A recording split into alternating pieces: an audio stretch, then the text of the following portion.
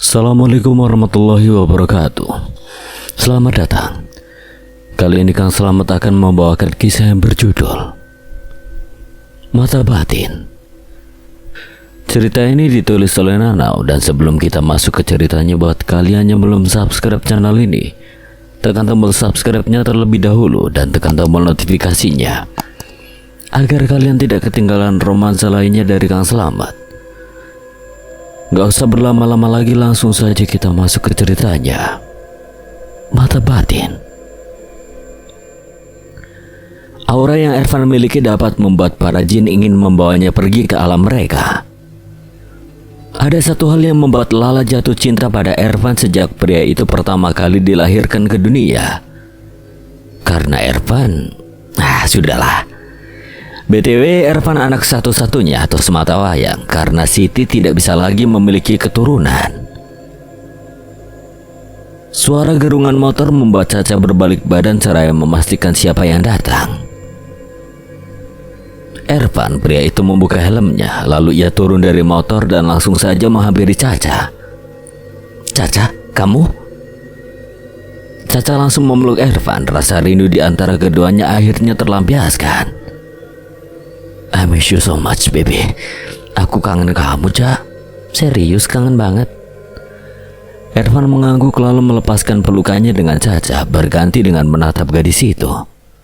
"Serius ini Caca beneran kan? Yang manja, yang bawel itu?"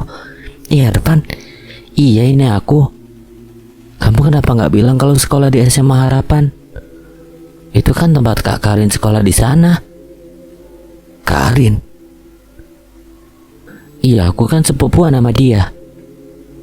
"Jangan dibahas. Sekarang ikut aku masuk ke dalam. Aku kangen banget sama kamu, baby." "Ih, baby. Emang aku bayi apa?" "Kamu emang kayak bayi kan? Gemesin." Lala yang melihat itu benar-benar sakit hati, tapi ia tidak bisa berbuat apa-apa karena Caca adalah anak dari orang yang sangat berjasa untuknya. Daripada melihat kedua insan yang sedang saling merindu, lebih baik Lala pergi saja. Toh tidak ada gunanya ia berada di sana. Ia seperti diasingkan. SMA Harapan pagi itu dihebohkan dengan peristiwa di mana salah satu murid perempuan bunuh diri di atas gedung tertinggi di sekolah. Gila, si Vanessa gak kira-kira sampai bunuh diri. Tapi sebabnya apa ya? Hamil duluan kali ya, kan kita semua tahu dia lengket banget sama si Bagas. Kayaknya enggak deh, Bagas kan bukannya alim ya. Alah, sampelnya doang alim, isinya kita nggak ada yang tahu. Berbagai macam komentar negatif dari para murid lain membuat keadaan makin ricuh saja. Itu sebabnya guru memerintahkan para murid untuk menjauh dari TKP agar lebih tenang. Karin, gadis itu, mendapatkan penglihatan bahwa penyebabnya bukan karena yang orang lain kira, melainkan karena "Aku gak suka dipanggil gendut." "Tapi lo emang gendut. Dasar gentong air. Dasar badak bulu." Hinaan dan cacian dari beberapa murid laki-laki di kelas membuat gadis itu tak percaya diri dengan fisiknya. Jadi dapat disimpulkan bahwa gadis itu bunuh diri akibat rasa insecure dan tidak merasa pantas berada di sekolah SMA Harapan yang isinya kebanyakan good looking. Kasihan dia. Lirik Karinya dapat didengar oleh Meli, sahabat baiknya. "Emang kenapa, Rin? Dia bunuh diri karena apa?" "Insecure, padahal walaupun gemuk dia cantik loh. Malah kalau kurus kayaknya aneh." "What? Terus menurut lu si Vanessa bakalan balas dendam gak sama yang ngehinanya itu?" "Gue gak tahu, kalaupun iya pasti dia butuh orang yang bisa bantu. Awas aja kalau lari ke gue. Si Lutfi aja gue usirin terus pakai jurus sayat." "Hah? Si Lutfi cakep gak sih?" "Wah, ada yang ngomongin aku nih." "Tuh ada di belakang lu." "What? Lu serius?" "Pantas gue merinding. Karin usir dong, gue takut." "Begitu amat teman kamu. Memangnya aku setan apa yang harus ditakutin?" "Emang lu setan." Sungguh Lutfi begitu kesal karena kehadirannya selalu tidak diinginkan oleh Karin. Padahal Lutfi membutuhkan bantuan Karin. Mayatnya harus ditemukan sebelum menjadi tulang belulang nanti. Tapi karena Karin terus mengusirnya seperti itu, alhasil Lutfi harus gentayangan tidak jelas. Sepertinya kan ada personil hantu baru di sekolah ini, Eliza. Kita tidak boleh tersaingi. Mengerikan sekali dia bunuh diri di atas gedung. Sangat tidak etis. Harusnya mati dengan cara elegan seperti kita, ya kan? Saat Eliza selaku teman Yoya dengan wujud yang sama, yaitu sebagai kuntilanak. Memang kamu mati karena apa?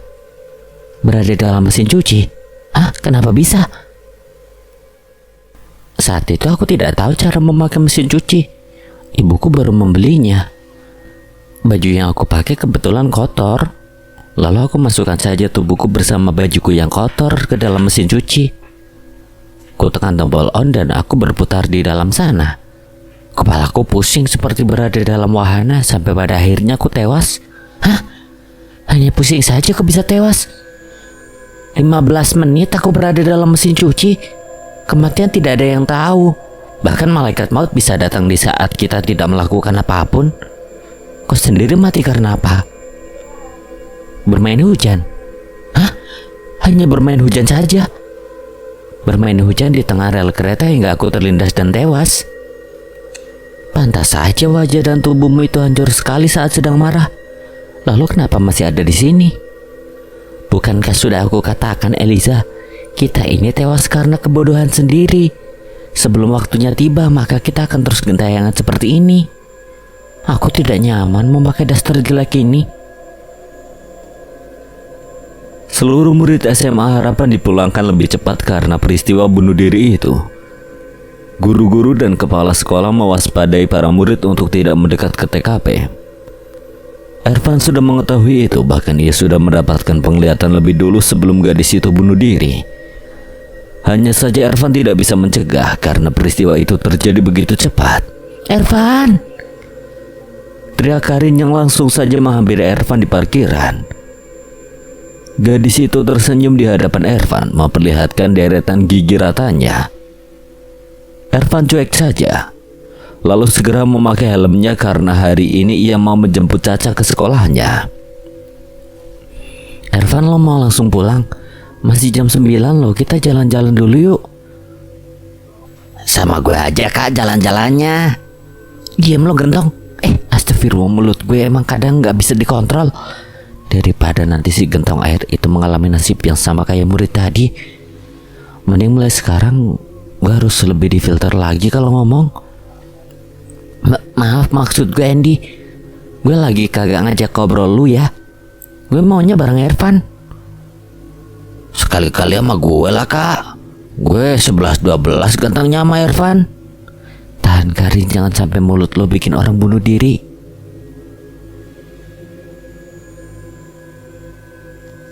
Hah? Kenapa? Mulut bisa bikin bunuh diri? Digimanain kak? Lu diem atau pita suara lo gue sumbang ke yang bisu.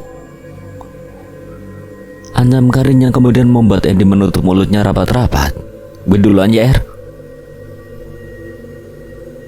Gue juga ya Er, bye-bye. Kak, duluan ya. Andy mengedipkan sebelah matanya membuat Karin ilfil saja jadinya. Oke, lu ngapain masih di sini? Pergi sana. Lu ngusir gue. Ervan, gue mau kita sekarang jalan bareng. Lu kan pacar gue. Tapi gue bukan pacar lu. Hah? Gimana? Masa lu pacar gue bukan pacar lu? Karena lu halu. Tapi kemarin lu diam aja pas gue beri pernyataan di sekolah bahwa lu sama gue pacaran. Karena itu menguntungkan buat gue. Dengan begitu cewek-cewek centil di sekolah gak akan bikin gue pusing lagi dengan cara teriak-teriak gak jelas. Pokoknya lu sama gue pacaran. Minggir atau gue tabrak. Setuju atau gue mati? Lu mati baru gue setuju. Sialan, sulit sekali membuat Ervan luluh. Pada akhirnya Karin memilih minggir dan membiarkan Ervan pergi begitu saja. Karin menghentakkan kakinya kesal. Baru kali ini ia ditolak mentah-mentah seperti itu. Karena biasanya justru para pria berlomba-lomba ingin mendapatkannya. Ervan memang berbeda dan Karin suka. Lala nampaknya sedang galau berat sampai-sampai ia menyanyikan lagu galau dengan genre musik dangdut yang cukup dikenal masyarakat Indonesia itu, terutama orang Sunda. Akibat terlalu lama di bumi, Lala jadi menyukai banyak hal. Dari mulai dangdutan, memakai peralatan salon, bahkan sampai merasakan jatuh cinta juga. Bapak sama anak sama aja, sama-sama nyakitin Lala. Di saat sedang galau merana, Ervan memanggil Lala dari kejauhan melalui mata batinnya. Meskipun sedang patah hati, tetap saja Lala khawatir jika Ervan dalam bahaya. Hanya dalam hitungan detik saja kini Lala sudah berada di taman, tempat Ervan berada. Tapi mengapa Ervan bisa di taman? Bahkan tamannya tidak pernah Lala singgahi sebelumnya. Ervan, ada apa? Dan ini di mana? Kenapa kamu panggil Lala ke taman? Ini taman dekat sekolahan Caca. Gak apa-apa, bete aja nunggu Caca belum bubaran. Lagi pula ini masih jam 9, apa kamu bolos? Enggak lah, tadi ada yang meninggal dan meninggalnya karena insecure. Jisin gari masen. Oh, jadi mulai mau main lempar-lemparan bahasa Jepang nih. Anata wa watashi no koibito ni naritaku arimasen kah? Gak ada hubungannya sama cerita yang gue ceritain lah. Ervan menyebalkan. Ervan duduk merapat di samping Lala yang menyentuh tangan Lala hingga membuat tubuh Lala semakin dingin tak karuan. Ervan, mau apa kau pegang tangan Lala? Apa tangan lu ini gak bisa anget lah, dingin banget. Ervan menghirup aroma tangan Lala. Wanginya suka. Apa semua hantu kayak lu lah punya wangi yang benar-benar bikin mabuk gini? Ervan, Lala gak ngerti maksudnya apa. Gak apa-apa, suka aja sama harumnya. Pipi Lala memerah tak karuan. Baru kali ini ia merasa seperti terbang di angkasa dikala Ervan memegang tangannya. Ervan, apa aku cantik? Kalau masih hidup ya pasti lu udah jadi bahan rebutan cowok-cowok kali. Ervan suka Lala. Sialan, pertanyaan itu terus membuat Ervan kepikiran. Padahal saat ini ia sedang berada di tempat makan bersama Caca. Akan tetapi pikirannya malah tertuju pada pertanyaan Lala. Sempat terpikirkan mengapa bisa Lala menanyakan hal itu. Seharusnya Lala tahu bukan bahwa Ervan manusia tidak akan mungkin memiliki perasaan pada hantu. Ervan tadi belum sempat menjawab karena Caca sudah lebih dulu mengirimnya pesan chat bahwa jam pelajarannya sudah selesai dan ia menunggu di depan gerbang sekolah. Ervan, apa yang kamu pikirin? Hah? Oh, enggak kok. Kamu mau nambah lagi makannya? Ini aja belum habis, masih banyak. Kamu aneh deh.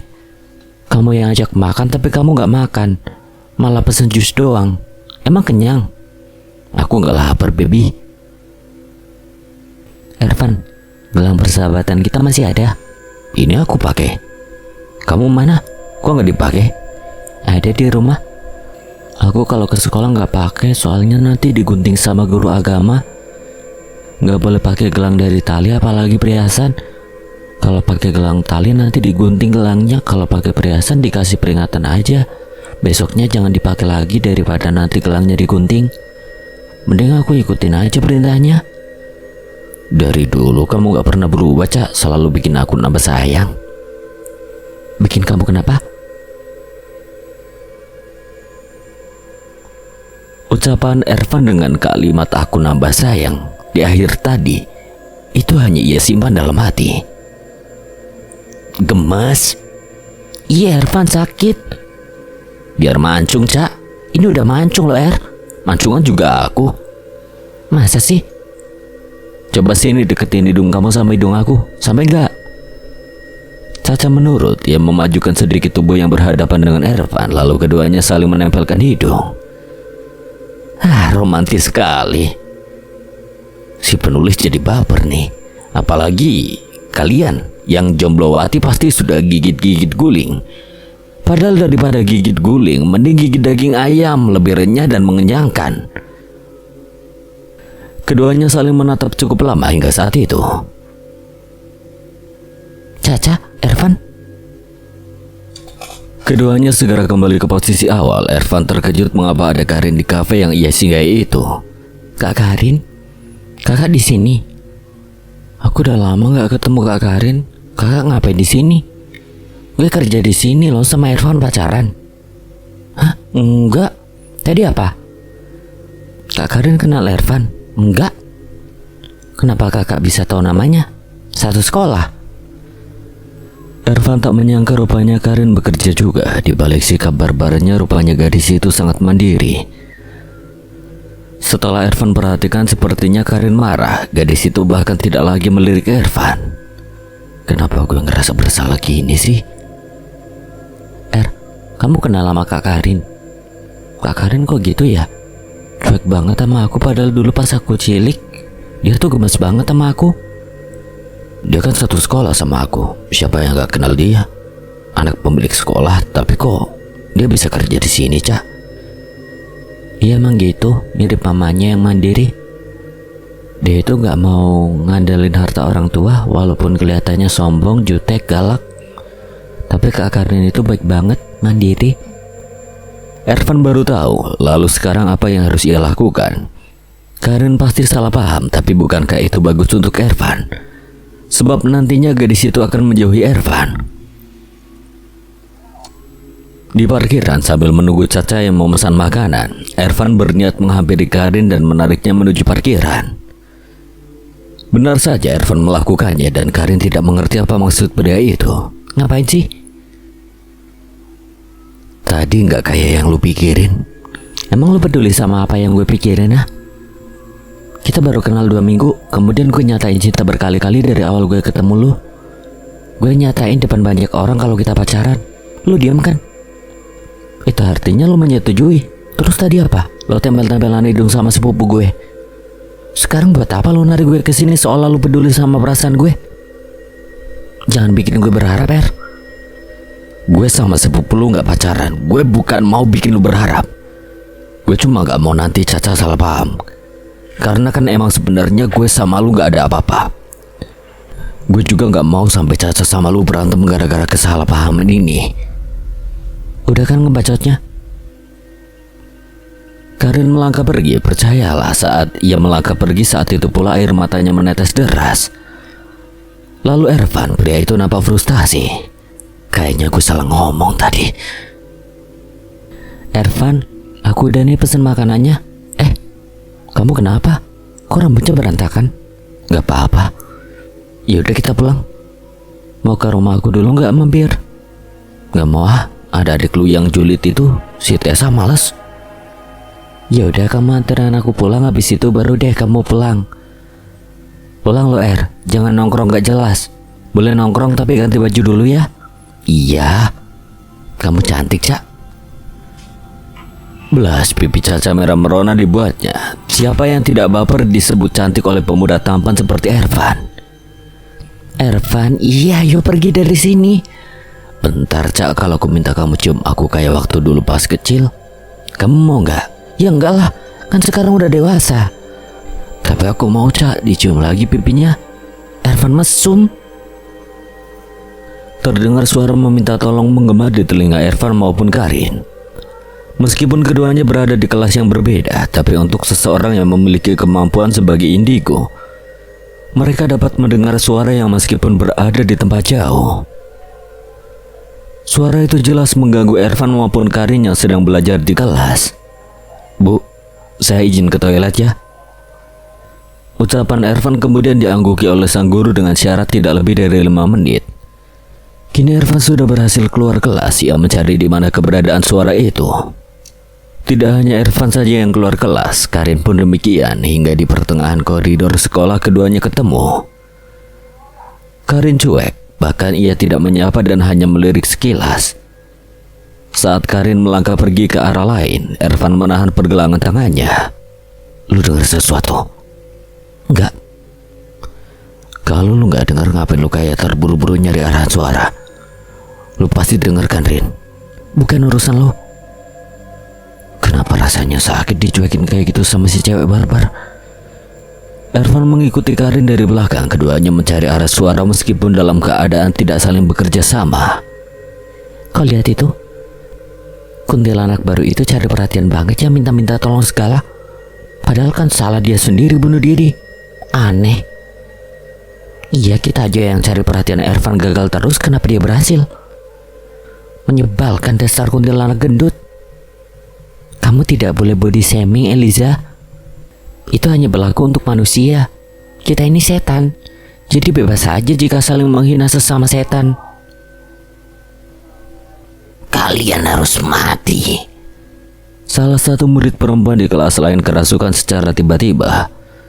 Sontak Ervan dan Karin yang cemas langsung menghampiri. Murid lainnya keluar dari kelas karena ketakutan. Yang merasuki murid perempuan itu diduga Vanessa. Ia mengamuk sampai mengacak bangku dan meja yang ada di kelas. Gue kaget anjir, lagi nulis tiba-tiba dia ngamuk kayak gitu. Apa jangan-jangan itu Vanessa ya? Ah, nggak mungkin. Orang udah mati ya mati aja, ngapain masih gentayangan? Komentar dari para murid malah semakin memanas. Ervan dan Karin masuk ke dalam kelas itu. Sontak semua yang berada di luar kelas menjadikan keduanya sorotan. Keluar dari tubuh Olive. Aku tidak akan mengganggu jika aku dalam keadaan tenang. Kalian jangan ikut campur.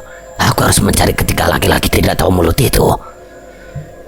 Ervan mendekat, menahan tubuh gadis yang kerasukan itu, lalu membaca beberapa ayat suci Al-Quran, hingga membuat yang ada di dalam tubuh gadis itu berontak karena kepanasan. Hentikan, jangan ikut campur. Jangan bacakan ayat itu lagi. Aku kepanasan. Arwah itu keluar dari tubuh Olive. Lalu detik kemudian Olive tak sadarkan diri.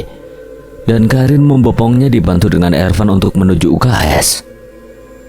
Sontak apa yang Ervan lakukan tadi membuat para gadis di SMA Harapan terkagum-kagum kepadanya. Ya ampun, calon imam gue. Coba tadi gue yang kesurupan anjrit. Nyesel keluar kelas, tahu gitu tadi gue caper aja pegangin Olive-nya biar bisa deketan sama ayang Ervan. Ervan, I love you, aku padamu. Di UKS, Olive nampak belum terlalu kuat untuk bangun. Meskipun ia sudah sadarkan diri, akan tetapi tubuhnya masih merasa lemah. Olive, kamu baik-baik saja? Tanya Budia selaku wali kelas di kelasnya Olive. Kepala Olive masih agak sakit, Bu. Tapi nggak apa-apa kok. Makasih ya Ervan dan Kak Karin. Kalau kamu masih sakit, kamu pulang aja ya, biar nanti salah satu murid yang antarin. Nggak, Bu, Olive masih kuat kok. Ya sudah, kalau gitu Ervan, Karin, kalian boleh kembali ke kelas masing-masing lagi. Terima kasih sudah menolong Olive ya. Iya, Bu. Kini Ervan dan Karin keluar dari UKS secara bersamaan. Karin nampak masih tidak mau berbicara dengan Ervan. Sementara Ervan terus menahannya. Ervan ini kenapa? Bukankah ia sendiri yang mengatakan tidak menyukai Karin, tapi mengapa ia secemas itu ketika Karin masih marah padanya? Gue minta maaf soal kemarin. Kita nggak saling kenal, buat apa minta maaf? Ucapan Karin membuat Ervan cukup nyesek mendengarnya. Karin, gue cuma gak mau nyakitin siapa-siapa. Gue bener-bener minta maaf soal kemarin. Kalau emang gue nyakitin lo gak nyakitin gue. Gue yang mulai dan gue juga yang harus tanggung resikonya. Setelah mengatakan itu, Karin pergi begitu saja. Sungguh Ervan merasa frustasi dengan sikap Karin yang seperti itu terhadapnya. Apakah ada perasaan cinta pada Karin walaupun sedikit saja? Lala hantu itu sedang curhat pada Eliza dan juga Yoya. Entah sejak kapan mereka menjadi akrab, tapi yang jelas saat ini Lala memang membutuhkan tempat bercerita. Ingin cerita pada kalian, tapi Lala takut nanti kalian ngejek Lala. Aku itu udah nemenin Ervan sejak Ervan baru diberi nyawa, sejak Ervan masih berdarah-darah, sejak Ervan pertama kali menangis. Jadi wajar saja jika aku jatuh cinta padanya. Dia itu mirip sekali dengan siapa? Pasti dengan bapak dan ibunya kan? Ervan itu sangat tampan. Ia terlalu berbahaya jika berada dalam kalangan seperti kita. Tidak hanya fisiknya yang oke, tapi auranya benar-benar membuat para jin wanita menginginkannya. Kau tahu, hantu baru itu pun ikut-ikutan caper pada Ervan. Tapi lah aku merasa ada yang mengincar Ervan. Iya benar apa yang dikatakan Eliza. Karena tadi pagi saat Ervan datang ke sekolah, aku melihat ada makhluk mengerikan yang mengikutinya. Tapi kenapa Ervan tidak merasakannya ya? Benarkah? Seperti apa wujudnya? Laki-laki, dia sepertinya membutuhkan Ervan untuk sesuatu. Tapi apa ya? Kami hanya melihatnya sekilas, setelah itu dia menghilang. Bentuknya mengerikan tapi tidak seperti hantu dari kalangan Indonesia. Lala jadi penasaran, siapa hantu itu? Mengapa Lala tidak tahu sama sekali? Tidak bisa dibiarkan, Ervan tidak boleh celaka. Lah, apa kamu menyadari bahwa perasaan cintamu pada Ervan adalah satu kesalahan? Aku sadar, tapi aku tidak mau ingat bahwa diriku sadar. Biarkan aja perasaan ini tumbuh dengan semestinya, lalu berakhir dengan seharusnya. Setelah mengatakan itu, Lala pergi menghilang untuk menelusuri apa yang sebenarnya terjadi pada Ervan. Dan siapa makhluk yang berani mendekatinya, hendak ingin mencelakainya. Lala saja tidak tahu, apalagi autor, lah apalagi saya. Lala, Ervan, hari ini Lala mau bicara banyak sama kamu. Ya udah ngomong aja lah, kenapa? Tidak di sini, ayo pergi. Ervan gak mau pakein Lala helm gitu. Nanti tingkat kecelakaan di jalan bertambah lah. Mereka bakalan kaget lihat helm terbang. Lala tertawa cekikikan. Lala itu jika tertawa lucu sekali, tidak seperti kuntilanak melainkan seperti anak kecil. Lala segera menumpangi motor Ervan. Karena ia bisa menyentuh Ervan, maka ia memeluk Ervan dari belakang. Ervan sih santai-santai aja, ia malah menyuruh Lala pegangannya kuat. Sepertinya perlakuan Ervan menjadi teka-teki yang membuat kalian penasaran kan? Sebenarnya ada apa dan sebenarnya kenapa?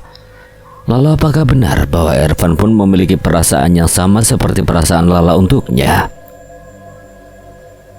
Di perjalanan, Lala begitu senang dibonceng oleh Ervan. Ia seperti menjadi manusia sungguhan yang merasakan asmara. Ervan, bagaimana rasanya memakai helm? Gak gimana-gimana, biasa aja. Ervan, aku sejak masih hidup tidak pernah memakai helm. Aku ini terlahir seperti Tuan Putri yang kalau berpergian memakai kuda atau mobil mewah saja. Manja. Iko Ervan bilangnya gitu. Lebih enak pakai motor biar bisa dipeluk lah. Lala jadi salah tingkah. Ia jadi semakin yakin bahwa Ervan memiliki perasaan yang sama sepertinya. Orang-orang yang berada di sekitaran sudah berkomentar yang bukan-bukan. Mereka berpikir Ervan gila karena yang mereka lihat pemuda itu bicara sendirian. Lah, kalau gue lagi sama Caca, lu jangan ikut ya. Kenapa? Apa Ervan gak mau Lala ganggu? Apa Lala pengganggu? Gak sama sekali. Ikutin aja apa kata gue, oke? Gak mau. Lala kan selalu bersama Ervan. Lala sayang Ervan. Ervan terdiam. Lala sepertinya benar-benar telah jatuh cinta pada Ervan. Apakah ia juga benar-benar melupakan kodratnya sebagai hantu? Kini Ervan dan Lala sudah sampai di satu tempat yang sepertinya perbukitan. Tidak banyak orang di sana karena tempatnya pun tidak banyak yang tahu. Tempatnya bagus, Ervan. Kamu tahu tempat ini dari mana? Apa kamu pernah ke sini? Dulu pernah, tapi bukan di sini. Tempatnya persis kayak gini. Gue suka sama pemandangan yang seperti ini. Sejuk ya? Iya. Ervan memegang tangan Lala lalu menuntunnya naik ke atas perbukitan. Keduanya duduk berdampingan menatap pemandangan yang ada di depan mata. Lala dari tadi tidak berhenti tersenyum. Ia benar-benar senang karena Ervan mengajaknya ke tempat seindah itu. Seperti mimpi, namun inilah kenyataannya. Lo mau ngomong apa, lah? Kata teman-teman Lala ada makhluk yang ngikutin Ervan. Tapi apa Ervan gak ngerasa? Hah? Enggak tuh. Kalau ada pasti gue tahu lah. Kenyataannya kan enggak. Berarti mereka berbohong. Ervan mendekatkan wajahnya di hadapan Lala. Terlihat jelas wajah Lala yang benar-benar cantik meskipun kodratnya Lala hanyalah hantu. Mereka bohong. Ervan malah menatap Lala seperti melihat seorang gadis yang sangat ia cintai. Ervan mau apa? Ervan mencium bibir Lala. Ini gila. Bagaimana bisa? Kang Slamet dan autor sendiri benar-benar tidak menyangka. Ervan, kamu cium Lala? Lah, lihat deh. Awannya keren banget. Ervan seolah mengalihkan membuat Lala semakin bingung dengan apa yang dimaksud perilaku Ervan terhadapnya. Keduanya saling tertawa, bercerita banyak, bahkan Ervan begitu lancar dalam berbahasa Jepang. Anatawa kireina. Sore wa honto desu ka? Anatawa watashi ozo sanjimasu ka? Ervan hanya membalasnya dengan senyuman. Pipi Lala merah merona dibuatnya. Sekarang Lala menyadari bahwa benar Ervan mencintainya. Hanya saja mungkin caranya berbeda. Ervan tidak mau mengatakannya karena takut jika harus menyakiti Lala nantinya. Apakah ini keajaiban atau pertanda musibah? Apapun itu, Lala berharap satu saat Ervan mau mengakui perasaan untuknya. Bukankah ini aneh? Sudahlah, jangan terlalu banyak berasumsi. Cinta ini akan sangat menguras logika jika terlalu dipikirkan dalam-dalam. Bau melati. Karin mencium aroma tak sedap di kamarnya. Ia paling benci dengan aroma melati sebab ia sangat tahu bahwa adanya makhluk gaib yang datang padanya. Benar saja, makhluk itu berdiri tepat di hadapan Karin. Jika kalian mengira itu Vanessa, artinya kalian sudah seuzon. Yang datang adalah Lala. Bukan soal ciri khas Lala memiliki aroma bau melati, tapi Lala baru saja menghabiskan bunga melati. Lu itu peliharanya si Ervan kan? Apa kamu bilang peliharaan? Kamu pikir aku ini binatang? Kamu buta? Aku cantik begini kok sebut binatang? Lu cantik waktu masih hidup. Udah jadi hantu lu serem dan jelek. Apa? Berani sekali kau mengejekku seperti itu. Kenapa gue harus takut? Oh iya, lu ngapain kesini? Ganggu gue belajar aja. Aku mau memberikan peringatan. Jauhi Ervan, kamu itu tidak pantas bersamanya. Aku tidak suka jika Ervan dekat denganmu. Kalau gue gak mau, lu mau apa? Kau benar-benar menantangku. Lala menggerakkan pensil yang sedang Karin pegang. Ia mengangkat pensil itu dengan kekuatannya. Lalu kini mengarahkan pensil itu di hadapan Karin. Apa kau pernah mendengar cerita bahwa ada seseorang mati akibat pensil yang menancap pada matanya?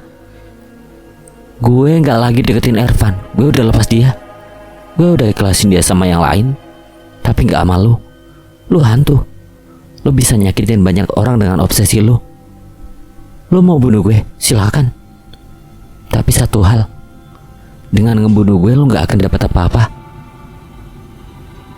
Pensil itu Lala jatuhkan begitu saja. Karin sedikit membungkuk dan mengambilnya kembali. Ia hendak mau meneruskan kegiatan belajarnya. Lala terdiam. Ia tidak menyangka jika kekuatannya hampir saja mau membunuh orang lain. Lala menghilang begitu saja sementara Karin mendadak melamun memikirkan Ervan. Kok gue kangennya malu Ervan duduk di balkon kamarnya. Ia sedang memikirkan gadis yang membuatnya merasa bersalah sampai saat ini.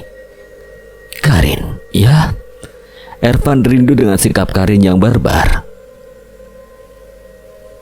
Lu tuh gak pantas Rin cuek sama gue. Lala datang, memperlihatkan wujudnya di hadapan Ervan. Ervan, Lala minta maaf. Ervan terkejut. Ia tidak mengerti mengapa Lala tiba-tiba datang dan meminta maaf. Lu kenapa lah? Abis digebukin sama hantu lain? Oh, atau lu patah hati lihat si Lutfi jalan sama yang lain? Apa? Kamu bisa-bisanya membahas hantu jelek itu? Ervan, aku ingin dipeluk. Ayo peluk aku. Lala ini kenapa? Horor tau gak lu kayak gitulah. Ervan segera pergi dari hadapan Lala. Aneh sekali. Terkadang Ervan sangat bersikap romantis padanya, kadang-kadang pula cuek seperti sekarang. Apakah Ervan mencintai 3 wanita sekaligus? Jika benar, apakah nantinya Ervan akan menikahi Lala, kemudian Karin dan Caca? Sungguh konyol pemikiran Lala itu. Hari ini Vanessa datang menemui kedua hantu yang memang sudah lama menjadi penghuni di sekolah. Ada apa kamu menghampiri kami? Kenapa? Kamu gagal kan cari perhatian Ervan? Kamu malah diusir, ha? Pasti kamu ingin berteman dengan kami kan? Maaf ya, kami ini udah resmi duo Ghost Beautiful. dan tidak ingin menambah personil baru? Katakan padaku bagaimana membuat Irfan lemah. Elisa dan Yoya cukup terkejut. Rupanya Vanessa menjadi arwah jahat. Mereka pikir Vanessa datang dan hendak mau mengajak mereka berteman, tapi kenyataannya arwah penasaran itu malah berniat mau mencelakai Irfan. Kami tidak tahu. Vanessa menggunakan kekuatannya untuk mengancam kedua hantu itu hingga membuat kedua hantu itu terdorong kuat dan kesakitan. Katakan siapa gadis yang dicintai pria itu. Hanya dengan itu Irfan bisa menolongku. Kenapa harus Irfan? Kok bisa minta tolong pada Karin? Vanessa rupanya dikuasai oleh jin jahat hingga kekuatannya begitu besar untuk melawan sesamanya. Irfan memiliki aura yang berbeda, tapi gadis itu bisa sebagai pancinganku. Setelah mengatakan itu, Vanessa pergi menghilang dan kini Yoya juga Elisa tidak lagi merasa tersiksa. Sialan, dia memiliki kekuatan dari mana bisa sampai membuat kita tidak dapat melawannya? Aku tidak tahu. Vanessa itu sebenarnya baik. Dia jadi jahat karena pengaruh jin. Kita harus beritahu Lala kalau begitu. Jangan. Lala tidak perlu tahu. Ini kesempatan untuk kita cari perhatian Irfan. Kita tolong aja nanti Karin saat jin itu menjadikannya sebagai ancaman. Bagaimana? Iya benar. Pasti Irfan akan sangat berterima kasih dan mau menuruti keinginan kita. Memang apa keinginan kita? Menjadikan dia suami untukku dan untukmu. Kau jenius. 1 bulan kemudian, jangan tanyakan bagaimana hubungan Irfan dan Karin. Jelas saja Karin benar-benar menjauhinya, sementara hubungannya dengan Caca nampak begitu lengket. Irfan, nanti pulang sekolah kita ke puncak yuk. Aku pengen banget main ke sana. Iya baby, ntar pulangnya aku jemput ya. Makasih. Apakah itu yang disebut sebagai sekedar persahabatan? Sepertinya keduanya sama-sama saling mencintai. Itulah sebabnya Karin memilih mundur daripada dirinya harus seperti wanita tidak punya harga diri. Tapi lihatlah apa yang dilakukan Irfan. Pria itu terus mencoba mendekati Karin kembali. John dan Andy saat ini sedang berada di toilet pria. John yang menunggu di luar sementara Andy yang berada di dalam toilet. Saat John sedang memainkan ponselnya, John tidak menyadari bahwa Karin melewatinya dan masuk ke dalam toilet. Karin tertawa cekikikan di depan cermin membuat Andy yang berada dalam toilet segera menyudahi aktivitasnya. Sementara John langsung masuk ke dalam dan terkejut dengan keberadaan Karin. Lu ngapain di sini, Kak? Ini kan toilet cowok. Andy kemudian keluar dari dalam pintu toilet dan ia pun terkejut dengan kehadiran Karin. Mengapa orangnya sangat menggiurkan? Bukan fisiknya tapi harumnya membuatku ingin membawanya ke alam sana. Kak Karin kesurupan. John hanya membalasnya dengan mengangkat bau seolah tidak tahu. Kak Karin gak apa-apa? Andy menyentuh pundak Karin, lalu saat Karin berbalik sungguh manusia manapun akan langsung berlari mencari tempat persembunyian. Wajah Karin berubah menyeramkan dengan banyaknya lubang kecil-kecil yang menimbulkan keluarnya darah dan juga nanah. Matanya melotot, baju seragamnya mendadak penuh darah. Tidak lupakan dengan kuku panjangnya yang membuat Andy dan John berusaha keluar dari toilet. Sialnya pintu toilet terkunci secara tiba-tiba. Anjing John, dia makin dekat. Gimana nih? Mami. Bangsat.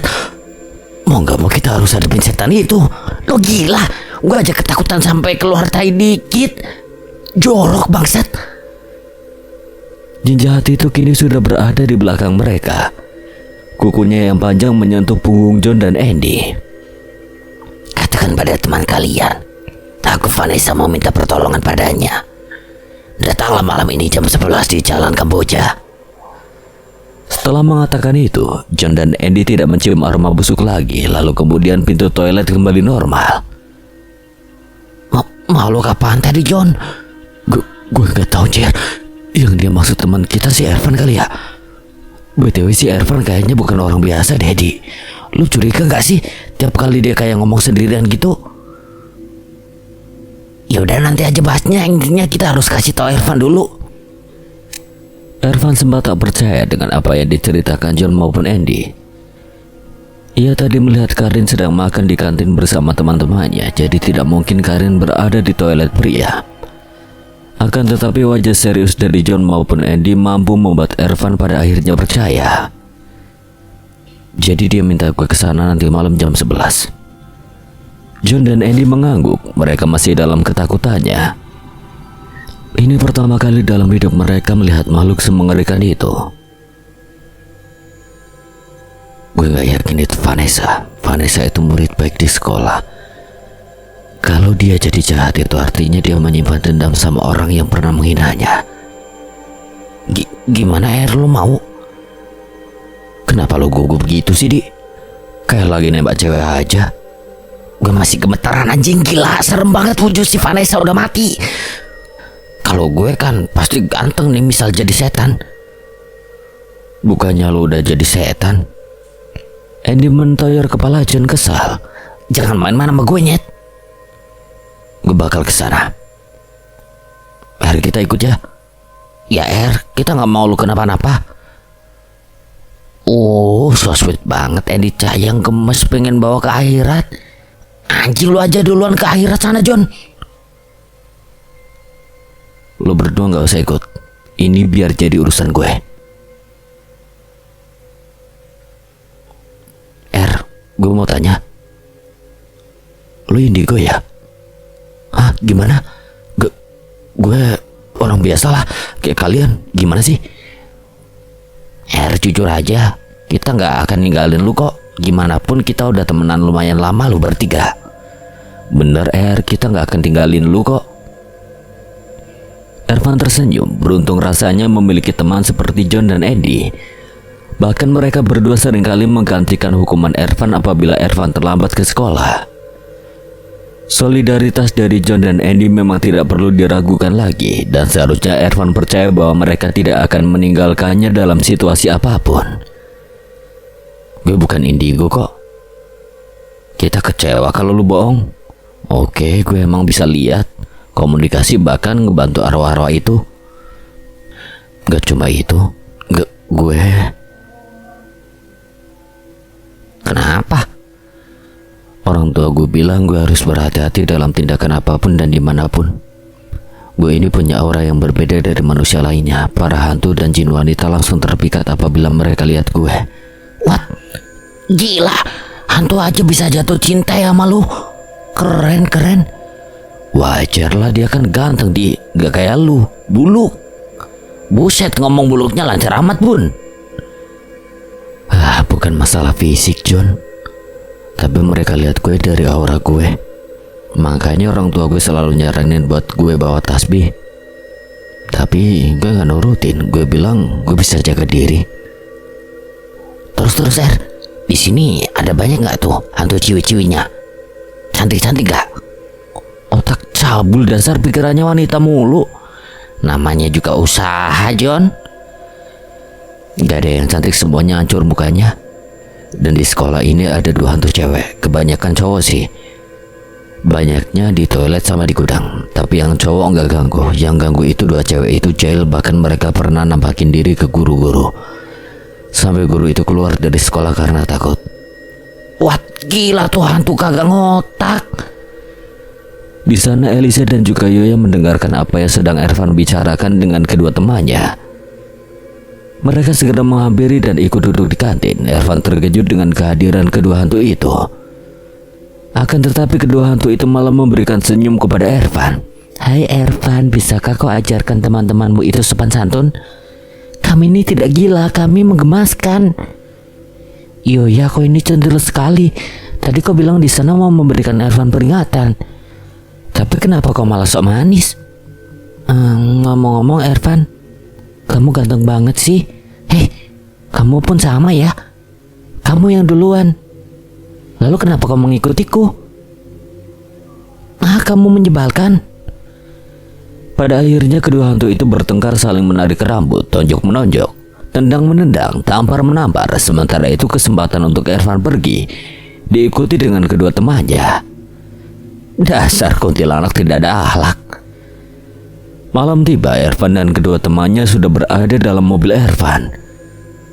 Mereka akan pergi ke tempat di mana arwah itu meminta Ervan datang malam ini. Untung saja Abdul selaku ayahnya Ervan sedang berada di luar kota dengan urusan kantornya. Jadi ia tidak tahu bahwa anaknya sedang berada dalam jebakan Batman. Ralat, maksudnya jebakan jin jahat yang tidak Ervan ketahui. Lala, hantu itu tak terlihat sama sekali sejak kemarin. Aneh rasanya, di mana hantu itu? Entahlah. Saat ini Ervan hanya sedang memikirkan agar masalah arwah itu terselesaikan. Perasaannya, dari tadi jalannya kesini mulu, anjirit kagak sampai-sampai. Bener nggak beres nih. Ervan sendiri merasakan itu. Ia sedang mencoba berinteraksi dengan penglihatannya. Dia jebak kita. Belok kiri, Di. Ervan mendapatkan penglihatan bahwa saat ini mereka sebenarnya berada di jalan raya. Dan apabila tadi Andy tidak mengarahkan mobil ke arah kiri, maka sudah dipastikan mereka akan celaka. Sebab ada truk yang melaju cepat dari arah lawan arah. Anjir, di mana ini, Tadi perasaan sepi jalannya. Dia jebak kita, dia nutup penglihatan. Sekarang lu Andy nyetir sesuai dengan apa yang gue perintahin, oke? Andy mengangguk dengan apa yang Ervan katakan. Menuju ke jalan Kamboja memang lumayan jauh, karena dari jarak rumah Ervan pun sudah pasti memakan waktu sekitar 2 jam lebih. Sebenarnya Ervan sendiri bingung mengapa harus ke jalan itu. Yang Ervan tahu itu tempat sepi yang jarang dikunjungi pengendara motor maupun mobil. Lalu di mana? Hah? Siapa lah? Cewek lu perasaan Caca? Nanti aja gue ceritain. Caca sahabat gue, bukan cewek gue. Sahabat rasa pacar ya kan? Ervan hanya menanggapinya dengan senyum miring. Mengingat Caca tadi siang sampai habis sisa mereka menghabiskan waktu bersama di puncak. Caca itu unik. Ia gadis yang benar-benar memiliki sikap menggemaskan. Hanya dengan Ervan saja Caca begitu lengket. Sementara saat Ervan mengenalkan Caca pada teman-temannya, gadis itu cenderung diam. Ia tidak begitu suka berdekatan dengan laki-laki selain Ervan. Akhirnya sampai di tujuan. Jalanan sepi yang dari sudut ke sudut dipenuhi pohon bambu dan bahkan jurang sekalipun. Ketiganya keluar dari mobil. Anjir, ngeri juga nih tempat. Pantes tuh setan ngajak ketemu di sini. Tapi lu ngerasa aneh gak sih, Si Vanessa kan matinya di sekolahan. Tapi kenapa ngajaknya ketemu di sini? Apa yang Andy tanyakan benar juga. Seharusnya jika benar itu Vanessa, pasti ia akan meminta bertemu di sekolah, bukan? Sebenarnya Ervan merasa ada yang ganjil, tapi ia tidak mau sampai teman-temannya khawatir. Ervan menutup matanya. Ia sedang memanggil arwah Vanessa sementara John dan Andy melirik-lirik sekitar seraya memastikan takut-takut ada hantu yang sedang menyamar menjadi jangkrik. Aku tidak ada di balik ini semua. Ervan, kamu dalam jebakan. Pulanglah, itu bukan aku. Aku dan Lala dijebak di sini, tidak bisa keluar. Dia jin jahat. Informasi itu membuat Ervan membuka matanya kembali. Rupanya benar ini semua jebakan. Kak Karin? Andy terkejut. Seorang Karin datang membuat ketiga pria itu terkejut. Mengapa bisa Karin berada di sini? Lu ngapain di sini, Rin? Bertemu denganmu. Ervan dapat melihat bahwa Karin kerasukan, tapi bagaimana bisa? Tangan Ervan mengepal emosi, rahangnya mengeras. Jangan sakiti dia. Dia nggak ada sangkut pautnya. Ada urusan apa lu sama gue? Lu mau gue ikut ke alam lu kan? Jangan mimpi. Entah iblis atau jin, tapi sungguh apa yang Ervan lihat dengan mata batinnya bahwa makhluk itu sangatlah mengerikan. Kau mencintai gadis ini, bukan? Aku rela berada dalam tubuhnya untuk selamanya agar bisa kau cintai. Buset, setan bisa gombal juga. Ini bukan waktunya bercanda, kampret. Anjir, main pukul aja. Lu pikir gue samsak? Lepaskan Karin. Makhluk itu mendekat dengan tubuh Karin yang ia pakai, lalu mengelilingi tubuh Ervan dan sesekali menyentuh bidang dada Ervan. Kau berbeda, Ervan. Auramu yang membuatku jatuh hati sejak pertama kali kita bertemu. Hah? Bertemu? Kau ingat saat dimana aku merasuki gadis yang ada di sekolah SMA Harapan?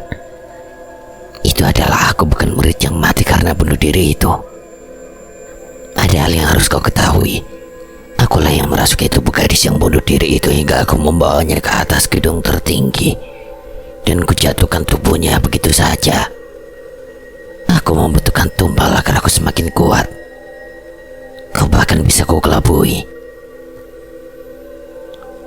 Mata Ervan membulat sempurna begitu pun dengan John dan Andy. Aku menginginkanmu. Lepaskan Karin. Ervan menatap mata tajam Karin yang marah karena dikuasai oleh makhluk tersebut. Tidak akan aku membutuhkan tubuhnya untuk menjadi sarana. Ervan, sulit bagiku mendapatkan tumbal yang lezat sepertimu. Makhluk itu mengeluarkan sesuatu dari balik saku celana jeans yang Karin kenakan. Rupanya silet, sungguh Ervan tidak akan mengampuni makhluk itu jika sampai Karin terluka. Jangan sakiti dia, gue bilang. Lepasin Karin. Darahnya lezat, aku suka. Makhluk itu menggoreskan silet di lengan Karin, lalu mengemut darah segar itu seperti ngemut es kiko. Enak tahu. Malah jadi iklan nih autor. Wah, lu benar-benar ngajak ribut nih. Andy maju paling depan namun seketika tubuhnya terbental. Lu gak apa-apa? Mata lu gak apa-apa, John? Anjir, pantat saya mau gue terluka. Ervan benar-benar emosi, tapi seketika ia mengingat apa yang selalu ayahnya katakan. Ervan, mereka tidak sekuat yang kamu kira. Mereka lemah. Lemah ketika nama Allah terdengar menggema di telinganya. Lemah ketika doa-doa orang muslim seolah terbakar tubuhnya. Kuatkan imanmu. Jangan terpengaruh dengan alibinya yang semata-mata untuk mengelabuimu. Jangan ingatkan aku dengan ayat itu. Kau tahu, aku lebih kuat dari apapun dan siapapun. Hentikan sialan, atau gadismu terluka. Saat jin jahat itu mengancam dengan membawa-bawa Karin, Ervan sedikit tidak fokus. Akan tetapi teman-temannya yang berada di belakangnya terus membaca doa hingga membuat Ervan kembali pada tujuannya, yaitu menghancurkan jin jahat itu. Menyerahlah sebelum kau hancur. Ervan terus membacakan ayat-ayat Al-Quran hingga membuat jin itu semakin kepanasan. Pada akhirnya jin itu keluar dari tubuh Karin, lalu Ervan segera menangkap tubuh Karin dan membopongnya ke dalam mobil bersama-sama dengan John dan juga Andy. Cabut. Mereka selamat karena memang pada dasarnya sebesar apapun kekuatan jin, bahkan iblis sekalipun, tidak akan bisa mengalahkan kekuatan Allah Subhanahu wa Ta'ala. Eliza dan Yoya datang terlambat. Ya, mereka udah pergi. Kemana mereka? Padahal aku sudah sangat siap memulai peperangan dengan jin jahat itu. Kita terlambat, ini semua karena kamu, Yoya. Kamu lama sekali dandannya. Mana lipstikmu itu celemotan pula. Kamu tidak pernah melihat manusia berdandan apa? Aduh El, wajahku mengapa jadi gatal seperti ini? Kamu memang pakai bedak merek apa? Salisil. Itu bedak gatal, Yoya. Kamu ini ada-ada saja. Lalu bagaimana dengan wajahku? Kau urus saja sendiri. Aku mau pergi ke tempat dangdutan saja. Eliza, tunggu aku. Makasih ya Ervan, kamu udah anterin Karin dengan selamat, ujar Riri selaku orang tua Karin. Sementara Karin yang sudah sadarkan diri sejak di dalam mobil itu langsung saja masuk ke dalam rumahnya tanpa mengucapkan terima kasih. Bukan Karin membenci Ervan, tapi sungguh ia tidak ingin sampai nantinya melukai Caca selaku saudaranya sendiri.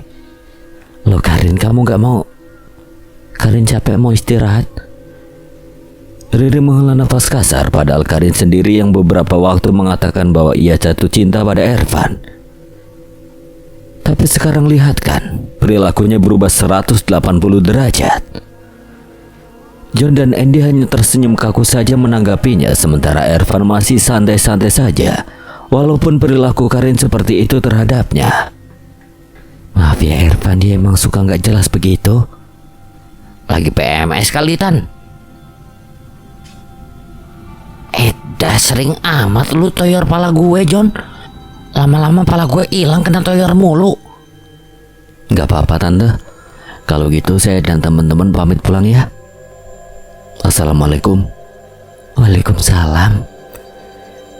Riri tersenyum. Ia jadi berpikir sepertinya mendapatkan menantu seperti Ervan bukanlah hal yang buruk.